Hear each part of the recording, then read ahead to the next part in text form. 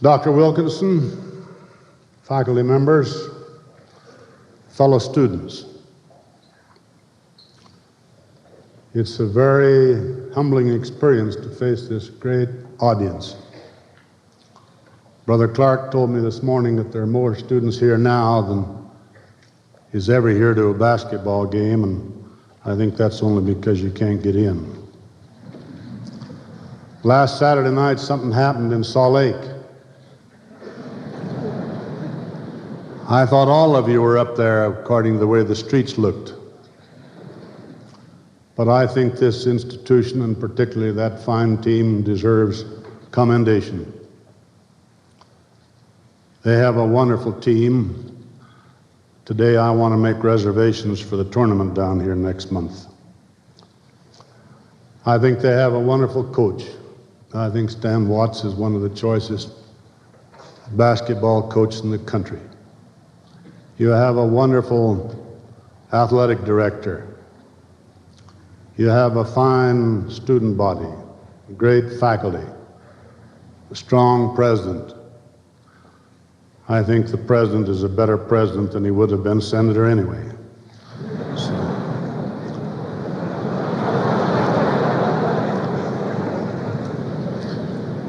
Now I'll go back to the basketball team because last Saturday night they should have, by all measuring sticks, been defeated. But I saw that game, and I think they're to be commended first because they made such a great comeback. And I want to congratulate the basketball team and their coach on that marvelous success. They're gentlemen. They were not at all unsportsmanlike. Even when they were behind 12 points, we thought they should have been beaten, but they didn't believe that. Now I want to say a word to the students in the beginning. When we visit in different parts of the church, we meet many of your parents. And you can't imagine how happy they are to tell us that they have a son or a daughter at BYU. They say that as though they were saying we have a son or a daughter on a mission. I think they're just as proud that they have a son and a daughter here as they would be if they were to say we have a son or a daughter in New Zealand or Hawaii or Canada or New Mexico or Argentina. They're very proud of you here, and they have a right to be. I'd like to see some of those students following the assembly for just a moment, if I could, to extend to you again their love. Carrie Ellsworth from California, Nancy Cottam, and others in whose home it's been my pleasure to stay.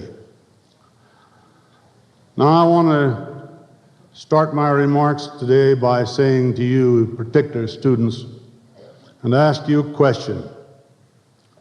Where are you going? Sometimes one hardly knows where they're going. It's often that we don't know where we're going until we are nearly there. Many times a man or a lady does not know what occupation they intend to follow for many years. They may start out to be a druggist or pharmacist, a doctor, a lawyer, but they may end up something else. And that's all right. But may I ask you, where are you going? And if you can't answer that, I hope you can answer the next one. Are you on the right road? Now, if you're on the right road, it doesn't matter so much whether you know where you're going or not, because eventually you'll get there if you're on the right road. Yesterday, as I listened to some remarks that President Johnson made down in Kentucky, this remark was both interesting but in a way frightening. Talking to the young people of America, he said, your task is different and more difficult than any that's gone before you. Do you believe that yours is more difficult than ours was, or than our parents and grandparents was? You inherit a world with great danger. We didn't inherit a world with great danger. You inherit a world with the greatest difficulties, but the promising destiny and history. Now listen to the next one. You may witness a rebirth of hope. You may witness a rebirth of hope. Or you may witness the ruin of civilization. Which will it be? Or you may witness the defeat of misery. Or you may witness the destruction of man. Yes, I believe that your task is more difficult than any that's gone before you. Now, you owe a great debt of gratitude to this institution. And you should make sure that you prepare yourself to pay that debt. One way in which you can pay the debt is to qualify yourself for great service to your fellow men, to your church, and to your country. I wonder if you're devoting yourself entirely to your task of acquiring an education. Do you go about it half-heartedly, or do you realize that that is your obligation? And then after you've acquired that education, you must not forget your debt to this institution and the church, because they've added much to your life. I think every student should realize that the tithing of the people. I could name you widows and poor people all over the church that's making great sacrifice to pay their tithing. They wouldn't think of not paying it. And the tithes of those people are going into this institution. Yes, even the future blessings that will come to you during your lifetime will in large measure be because of your training, your teaching, and your learning while you're at this institution. You owe a debt, and it'll take you a lifetime to pay it. Now, another way that you can pay that debt is to do everything in your power to encourage other students to do likewise and receive the many blessings that you're receiving. If you fail to do that, surely you cannot claim the payment of this debt.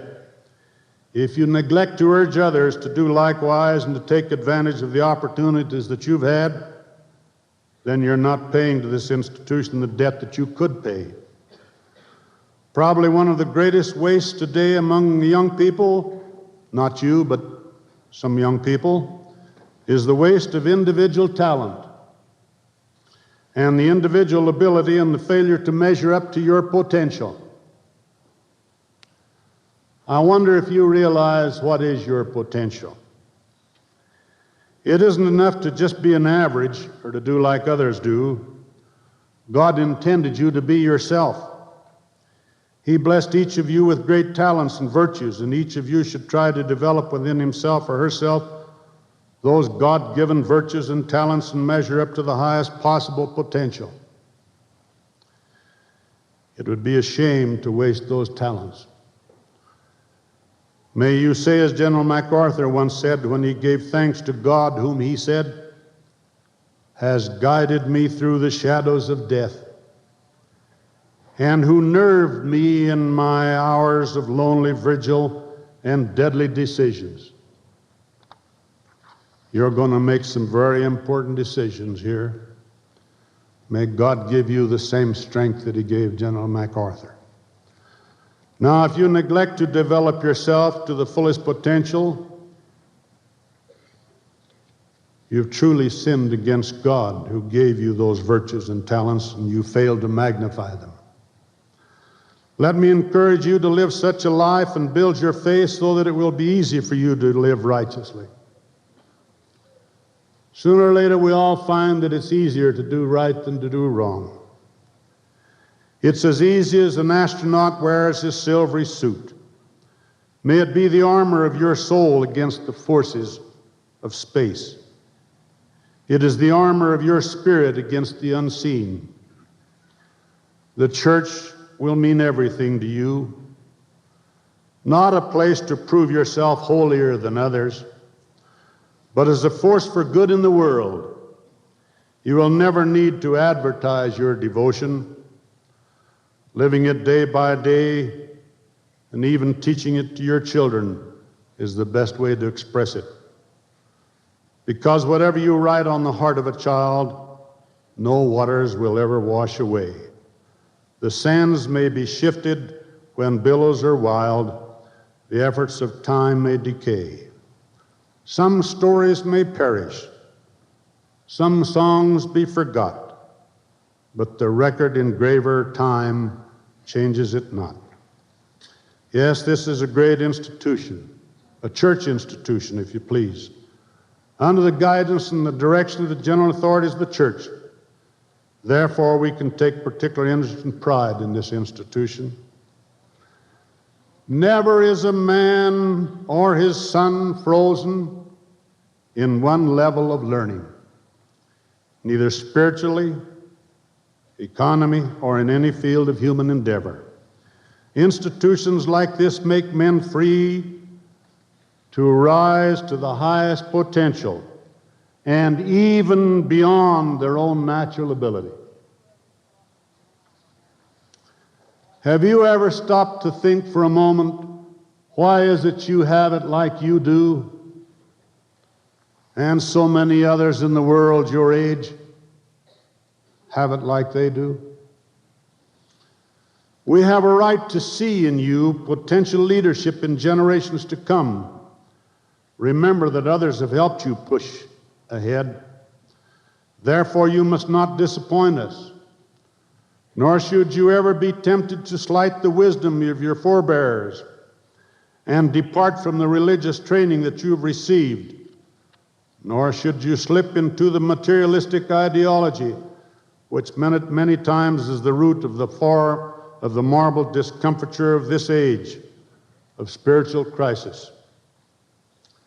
Now, as you will grope for answers to life's problems, it's not unusual to thirst for words of guidance from an elder or from a wiser person, and then seek divine guidance from God Himself. I would advise you to look to the past and your forebears for such advice. As one great philosopher has said, hold fast to truth and transgress her not. If thou art a leader leading the multitude, strive after excellence, that thou might be without fault. Great is righteousness, and it's worth abiding. Wrongdoing has never brought its vengeance safely to port. Then the great philosopher who warns against intellectual snobbery, who said, be not arrogant about thy knowledge and pride, not thyself that thou art a man of learning. Take counsel from the unlettered as well as the learned, for the limits of art cannot be reached, and no artist is perfect in his excellence. Your life can be a wonder.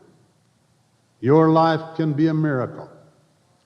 When you betray this belief with disregard this knowledge, you will be punished.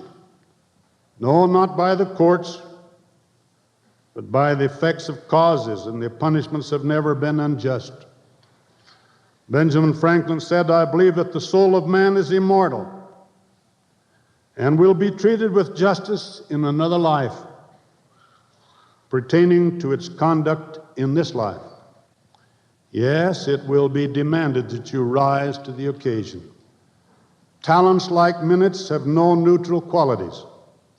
When used to good advantage, they produce ideas and results beneficial to yourself as well as others. When not used to good advantage, they produce something detrimental, and life may be charged with surprise and shock. There may be unrest come to you at times. We've all had it.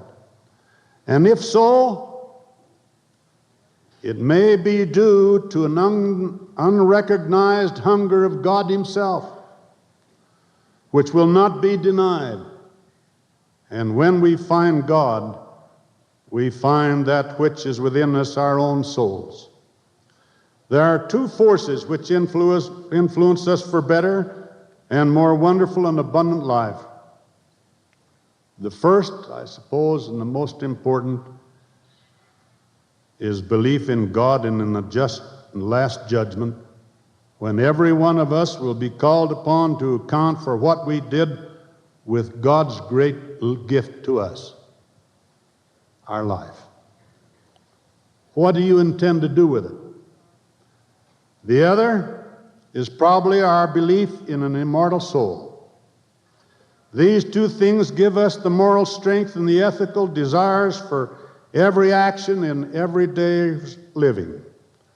Your soul, yes, your immortal soul, it's the only one you'll have.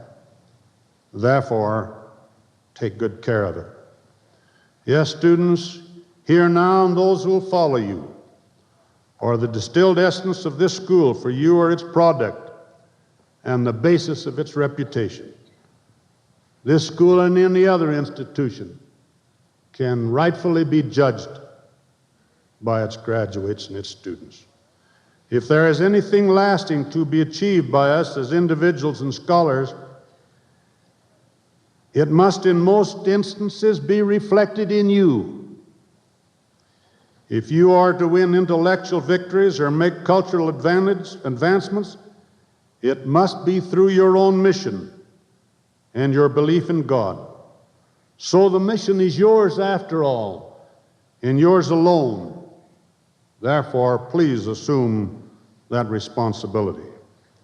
Plato once said of people that they should believe in the tradition of love, because through that every man becomes a poet. It is his ultimate in goodness. It gives peace on earth and calms the stormy deep.